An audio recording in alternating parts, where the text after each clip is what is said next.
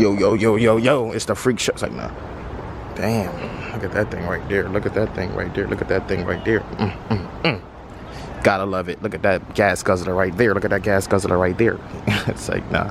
Yo, what's going on, guys? It's your boy Mark, man. Today's video, finally doing our first mod on a 240SX S13 1992 SE model, sunroof, 5-speed, original. One window is tinted, one is not. That is not. The back one is tinted. My boy was learning how to tint. Tyrese, he was trying to learn how to tint.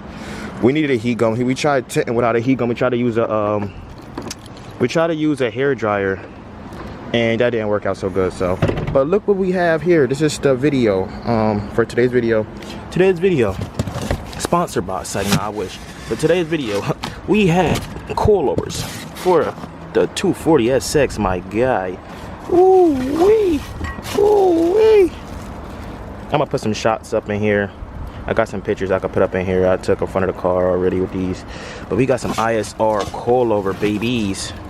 I haven't saw any videos on anybody installing ISR coilovers on the S13. So my logic was, right, I was going to get BCs, the BR series and stuff like that, blah, blah, blah. They said that it had the ball, pillow ball, bushing at the top, so you guys crooked. You can move it. I can't really do it one hand because it's really tight. But they have that. The BC have 30-way adjustable dampening. BC have 30, this has 32. It's pretty much not a big difference. They both have camber plates, so I'm like, for $200 less, you basically getting the same as that coilover in my opinion. You feel me? Or you feel me? I had ISR on my 350Z already. They drove better than any other car I had. My Infinity, I have True Heart on there. I had got them because when I first got the car, I was on a budget. I just got some cheap coilovers to put on there. And yeah, I had them coilovers since my Silver G, my automatic. And since I was getting another rear-wheel drive one, I just kept the coilovers to put on there. But I'm still gonna upgrade to BC. I'm gonna get BC coilovers for the Infinity. So yeah, but we gonna rock out with the ISR. I feel as though the ISR is gonna do the job pretty well, considering, I mean, I don't have no motor swap, nothing like that. It's completely stock. I'm going to be drifting this car, and I'm not doing no hardcore drifting. It's just like, you know, I like no tandems and stuff like that, like, because obviously I still want to learn how to drift. Like, I need to learn like the basics and stuff. I want to put I either want to weld this diff or put the 300ZX differential into this car. I don't know which way is the better route to go. Well, most likely just I don't know, but I'm probably going to put the 300ZX diff into it. If it's not difficult to do, I'm gonna probably just do that. Most likely we'll probably make a video on that. I mean, I saw a few people do a video on installing that diff, but all right, you guys, so we made it to the garage. Bear with me, I'm trying to get better lighting in here. Obviously it's really dark. I have a bright ass bulb right there from Harbor Freight. Here's the 300ZX. We got the engine in. Hold on, because it's just terribly dark. Hold up. Hopefully this make it a little better. But we got the engine in. It starts up, it runs, but it doesn't run good. I think it's because of the TPS sensor right here. We gotta get this adjusted right, because we messed with it. Well, I messed with it. I was trying to get it off when we was painting it and cleaning the plenum, but it wasn't coming off easy, so I just left it on there. But yeah, motor back in, everything is basically in order. We just gotta put the rest of the stuff, radiator and all that, finish relocating shit like the PTU. We deleted, no, I said deleted, we relocated the fuse box. We deleted cruise control, that's missing over there. Fuse box down here, boom. Gotta get them wires extended. So yeah, we cleaned the engine bay, look a lot cleaner. It got way dirtier. We then scraped up the paint, put an engine in, but I mean, hey, it is what it is. We had this engine bay looking really, really clean. But you know, for the 240 build, when I took this apart, can't wait to have my engine bay looking super clean. To be honest, I want to repaint mine, but don't even know if I really need to be repainted. I think it just need to be clean. Like, all this is just good. This is the best thing about getting a car down south. I don't have to worry about no rust whatsoever. Like, I have no rust, but I only have rust on the hatch, which is not much. New brake lines, everything good. These bolts is not rusty. You don't have to worry about fighting with these when I take off the struts. We can see right here, let us focus. You can see it's cracking around the struts. So hopefully, well, so that means kind of good that I'm doing a coilover install. But yeah, so let's get this car jacked up, get the wheels popped off. I mean, obviously for the guys who have S13, you guys should know that doing coilovers on these cars is pretty easy. You just got 2 bolts on a knuckle or spindle, whatever you want to call it. You got the 3 at the top, and hopefully I think that's just it. And you probably got the brake lines that hook up to it. That's just it for the front, and the back is just 2 on the top and then one in the bottom. So hopefully this is the easiest coilover and fastest suspension change I ever did on the car. And yeah, so let's get this jacked up. And all right, you guys, so it literally just took me 3 minutes. 3 minutes, I just timed myself, 3 minutes to get this strut out. Boom, boom, 1 brake line, and 3 14s at the top. Whole strut is out. Let me get my key so I can open up my hat. Got this one right here. Pretty sure it doesn't matter what side I go to. I never check.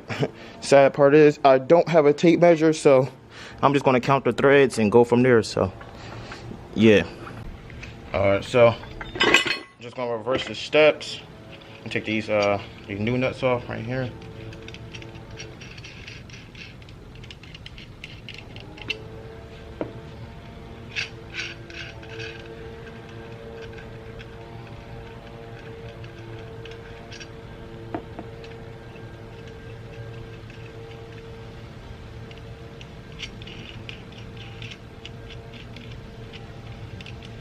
Right, I take these nuts off. Make it this. Look at this street. Yeah. Boom, that bushing is solid. So, gonna get these, obviously, the line back up inside here. Make sure the camera plate is straight.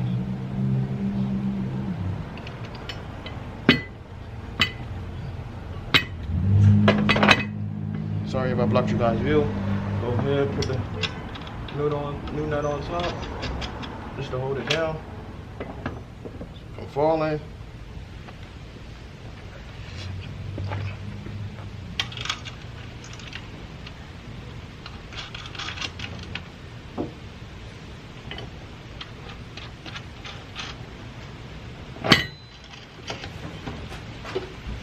But that's all on. Turn this around like this. Alright, so there is a difference between sides. The passenger side is the one with the brake, I don't know what you call this thing. The bracket for the brake line. You see the ISR sticker? The brake bracket need to be on the left of that. This is the driver's side, so yeah, because it sits in the car like this, and the bracket need to be facing the front of the car. So let me put this one in there now and try this again. Alright, you guys, so the ISR coilover is installed. Bolts are tight. Clip back on. I just need to tighten this. Gotta get the wrench, tighten that down, or tighten this lock nut up. I'm gonna count the space between here and make sure it's the same on that. Alright, this one was a little bit of a fight because I think it's because of the paint on the inside of the coilover. It was getting the bolt stuck, so I had to knock the bolt through.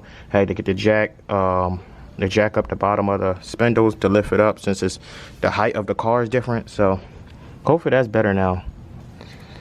Yeah, so it's all tight. Let's move to the next side. So here I look on a jack. Way less gap off the ground. Let's lower it down and see how it looks.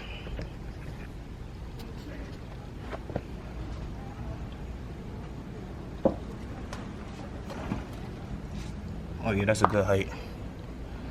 Boom. I like that. Not too low, not too high. I'm not gonna go super low with it because I got tiny stock wheels on there, so that look good. I just really want to feel out the difference, to be honest. So let's get the rest on around. It should go a little bit lower and it's gonna look a lot better once all the other ones is the same height. It's just crazy looking at it from right here. Wow. Need a spacer too, but we gotta figure that out. All right, so I'm jumping all over the place. We on the rear now. Boom, got one bolt at the bottom. You can see that right here. And then come to the top. You got this right here. I already popped my little cover that was off on it. Then it's a cover that covers up the bolt right here. This is how you know this car is fucking completely stock, because I feel like nobody with their 240 has this, and also a lot of people probably don't got the hatch cover. But I'm happy that they upgraded these speakers even though they still suck. But yeah, so let's get this bolt taken out. Take my 14. Look at the zinc plate on the bolt still. Gotta love it. Oh, nice. Look at me. Getting the size wrong. It's not a 14. What the hell is it?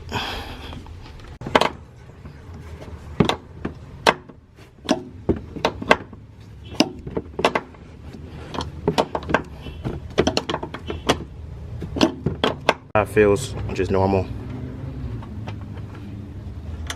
So, yeah, let's move to the bottom.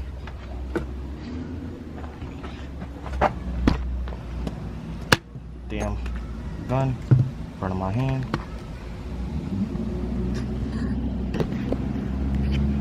There's one bolt right back here.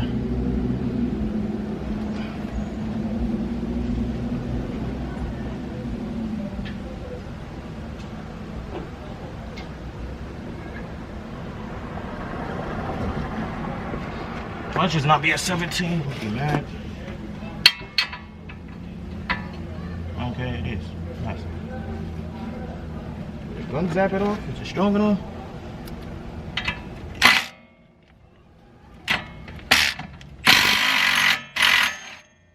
Oh yeah, look at that. Easy peasy. Easy peasy. Alright. If we're just gonna simply just... We ain't gonna simply do anything. Okay. That just slides off here.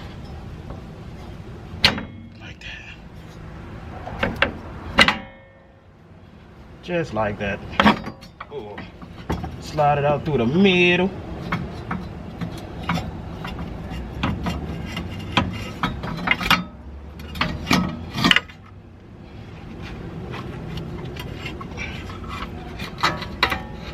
Bada bing. Bada boom. Stock strut. I'm gonna go ahead and take these mud flaps off too, because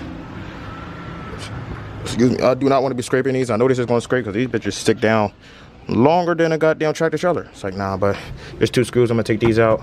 And it's probably trapping, yeah, so much dirt back here. I'm thankful to see no rust behind it. Sheesh.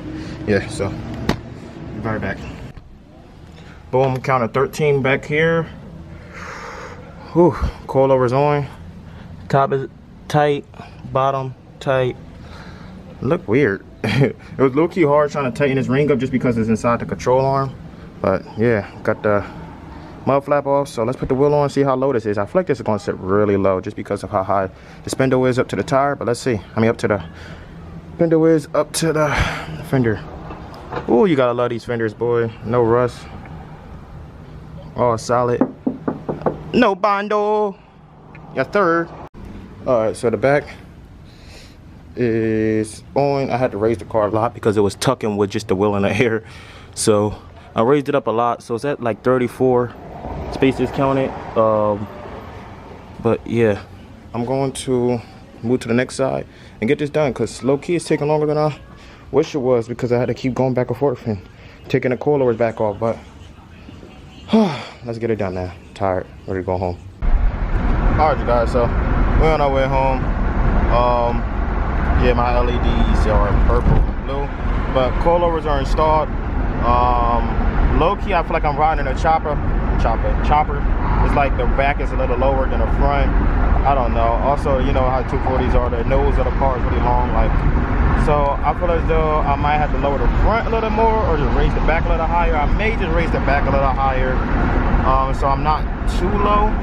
But I mean, yeah, it drives pretty good. It's pretty soft right now. Like I said, I left it in the middle. Like I didn't even change the dampening, so it's pretty soft right now. So I mean, obviously I have 16 clicks to stiffen it up. So yeah, I mean, right now it almost feels like stock. It just feels just a tad bit more stiffer than stock. Just a tad bit more stiffer. Which is pretty good, just because like I mean, I'm used to driving true hard, which is pretty stiff, and you feel every goddamn bump in the road. Like now I can start to, like with this car now I can feel more bumps, but it's not to the point of where my true hearts are. Like I feel every goddamn thing, and I'm constantly like damn near bouncing because it's so stiff. Hold on, I got a downshift. But yeah, I mean, it feels way more better. Hold on.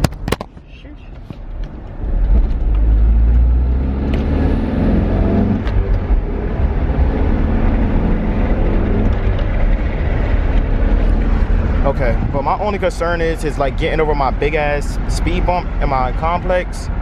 So that's why I don't want to go too low. And also, it's not like the G where the oil pan sits up in the subframe. So this, I mean, I could like, I don't want to be like, I don't want to risk hitting the oil pan on anything. And also, I don't want to be scraping my frame rails up, you know. So I don't know. It's whatever though. I mean, eventually I'm gonna be scraping shit up. I'm gonna undercoat the bottom of the car regardless, but yeah. All right, you guys. So I guess it's not low enough. I mean, I got it on my speed bump. It didn't scrape. This is what it looks like right now in the back. Boom. The front needs to come down a lot more, I guess. So yeah, the front is a lot higher than the back. So we're gonna get that right.